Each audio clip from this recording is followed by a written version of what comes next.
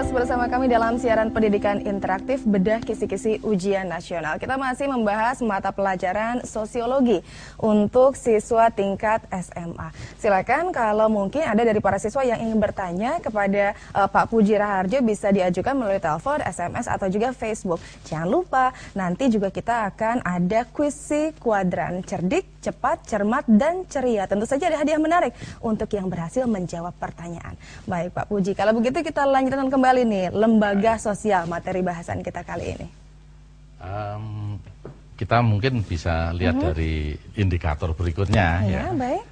Yaitu menjelaskan fungsi utama lembaga keluarga sebagai lembaga utama dalam masyarakat.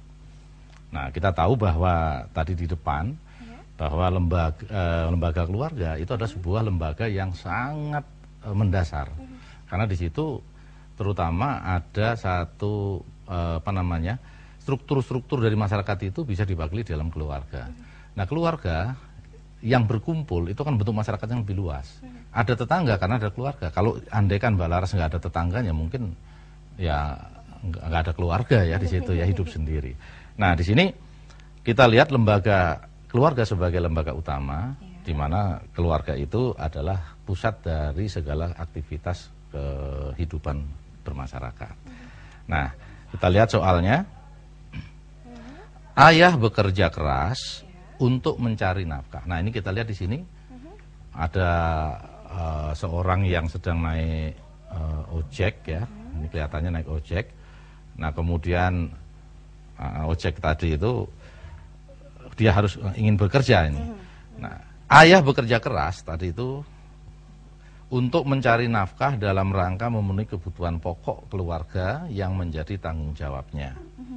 Kegiatan ayah dalam keluarga merupakan upaya untuk melakukan fungsi A. Reproduksi, B. Sosialisasi, C. Transmisi, D. Ekonomi, dan E. Afeksi. Nah, sambil para siswa berpikir-pikir untuk menentukan pilihan jawaban yang paling tepat, sudah ada pertanyaan nih Pak, yang diajukan melalui SMS dari 0819-944 sekian-sekian. Ya, tolong dijelaskan apa itu simbol-simbol yang menjadi identitas lembaga. Baik, terima kasih untuk pertanyaannya. Simbol-simbol jadi identitas lembaga itu ada sebuah ciri lambang yang mencirikan pada lembaga tersebut. Satu misalkan begini, kalau misalnya ada janur kuning yang melengkung di depan rumah atau di jalan, kira-kira apa ini? Pertanda apa ini, Mbak Laras? Saya ada nikahan atau kehidupanan. Ada pernikahan. Berarti di sini menyimbolkan pernikahan itu adalah sebuah proses awal terbentuknya keluarga. Berarti lembaga perkawinan, lembaga keluarga itu ada simbolnya adalah misalnya janur kuning tadi.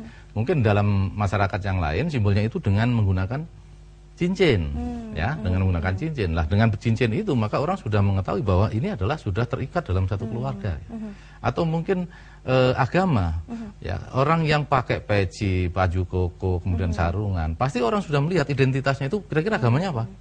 Islam. Nah, seperti Mbak Laras seperti ini pakaiannya ada jilbabnya, ini kan ini simbol ya, identitas dari orang yang beragama Islam. Nah, seperti itu yang dimaksudkan dengan simbol-simbol tadi, mencirikan identitas dari sebuah lembaga.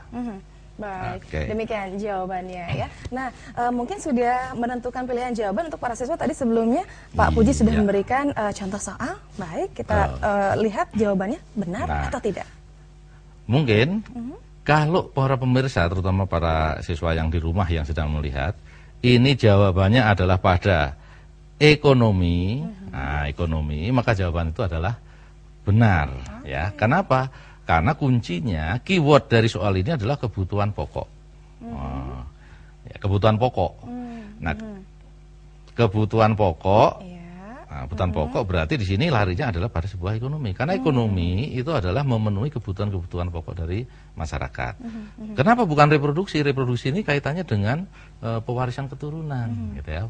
Lembaga keluarga ini adalah untuk keturunan, ya, keturunan. Sosialisasi ini pembentukan kepribadian. Nah, misalnya kalau ada anak yang duduk di atas meja lalu dimarahin, ditegur oleh orang tuanya, itu adalah dalam rangka sosialisasi. Transmisi ini adalah fungsi dari pendidikan. Ya, dia adalah mewariskan sesuatu yang harus ditransfer ke generasi berikutnya. Dan afeksi adalah kasih sayang. Nah, jadi keluarga adalah sebuah lembaga untuk mewadahi kasih sayang di antara anggota keluarganya. Nah, mudah-mudahan sampai di sini semuanya tepat ya jawabannya. Ya, mudah-mudahan. Akan ada latihan soal lagi ya Pak ya? Iya. Baik, nah kita lanjutkan kembali materi kita mengenai lembaga sosial dalam mata pelajaran sosiologi untuk tingkat SMA bersama Pak Puji Raharjo. Ya, nah kalau tadi kita melihat lembaga keluarga tadi, sebenarnya keluarga itu ada yang namanya keluarga inti. Ya. Keluarga inti itu adalah keluarga yang hanya terdiri dari ayah, ibu, dan anak yang belum menikah. Kalau ini biasanya dicirikan dia hidup bersama dalam satu rumah, artinya hubungan interpersonal itu sangat erat. Ya, ada yang namanya distansi dari antar individu itu sangat erat. Ya. Okay. Nah, kemudian kalau kita lihat ada juga sebenarnya keluarga yang dalam bentuk lain adalah keluarga meluas. Apa itu keluarga meluas? Kalau ini tadi keluarga inti, kalau keluarga inti ada beberapa, ada satu atau dua atau tiga kumpul menjadi satu dalam satu rumah, itu namanya keluarga yang meluas. Seperti itu. Nah, kemudian yang tadi yang belum terjawab di sini adalah edukasi. Edukasi adalah pendidikan. Pendidikan pada intinya adalah tanggung jawab dari orang tua. Tapi karena keterbatasan dari orang tua, maka diserahkan kepada lembaga lain, yaitu lembaga sekolah. Gitu. Baik. Ini mengenai lembaga keluarga. Oh, betul. masih ada lagi. Kemudian,